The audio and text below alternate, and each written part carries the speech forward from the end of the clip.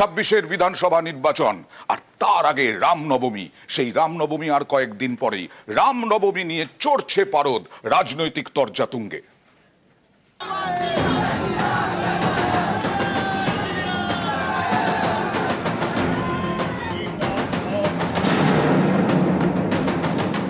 नवरात्रि चल रहा है, मैं उसको भी शुभकामना देंगे, लेकिन हम नहीं चाहते हैं कि इसके लिए अब दंगा करे। कोई आदमी आम जनता नहीं करते हैं, कोई एक पॉलिटिकल पार्टी करते हैं। ये शर्म का बात है, दुख का बात है। हमारा जान कबूल है हर धर्म के लिए, हर परंपरा के लिए और इज्जत के लिए। আমরা বিশ্বাস করি ধর্ম যার যার উৎসব সবার।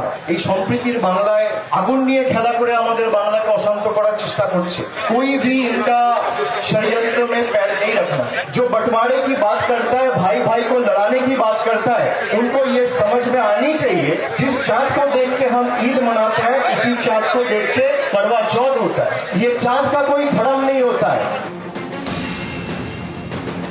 ঈদের মঞ্চ থেকে সম্প্রীতির বার্তা, অন্যদিকে রামনবমী নিয়ে চড়ছে রাজনীতির পারদ।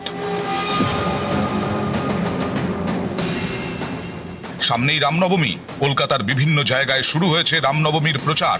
Shyambazar, Girish park, central avenue থেকে শুরু করে ধর্মতলা, বিভিন্ন জায়গায় টাঙানো হয়েছে ব্যানার। রামের ছবির সঙ্গে রয়েছে নরেন্দ্র মোদী এবং শুভেন্দু অধিকারীর ছবি।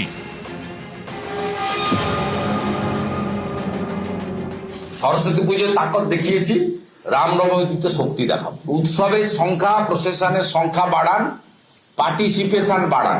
উত্তরবঙ্গের শিলিগুড়ি, ঈশ্বরপুর, দক্ষিণবঙ্গের পুরুলিয়া, ব্যারাকপুর, ভাটপাড়া যে বড় মিছিল বেরোয়, আখড়া, খড়গপুর সহ, এবারে আসানসোল, কুলটি সহ আরো বাড়িয়ে দিতে হবে।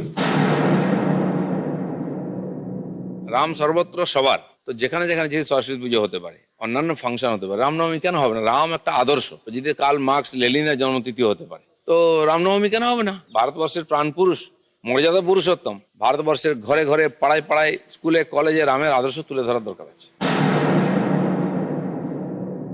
সবসময় একটা সাম্প্রদায়িক বিভাজনের চেষ্টা করছে, তার কারণ পলিটিক্যাল গেনের জন্য।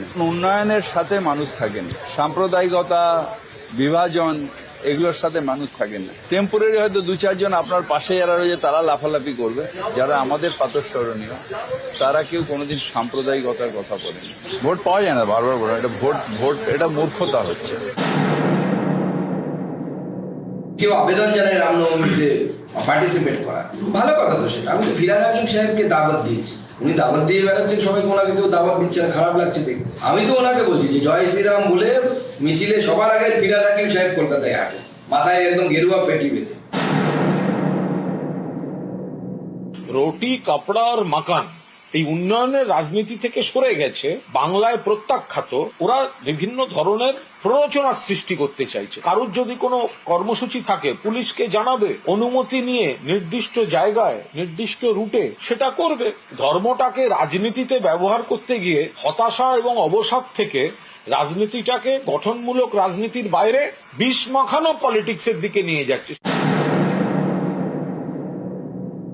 এবছরের রামনবমীর মিছিলে আমাদের কাছে যা খবর আছে যে মানুষ সর্বাত্মক ভাবে পথে নামবে, স্বতঃস্ফূর্ত ভাবে পথে নামবে। এবার যদি কেউ আক্রান্ত হয় তাহলে যে যে ভাষা বোঝে সেই ভাষায় তাদের উত্তর দেওয়া হবে। আমরা কোনো হিংসার পক্ষে নই, কিন্তু রামের দেশে রামের মিছিল হবে। বছর ঘুরলেই বিধানসভা ভোট, তার আগে এভাবেই রামনবমী নিয়ে বঙ্গ রাজনীতির উত্তাপ বাড়ছে। নিউজ 18 বাংলা।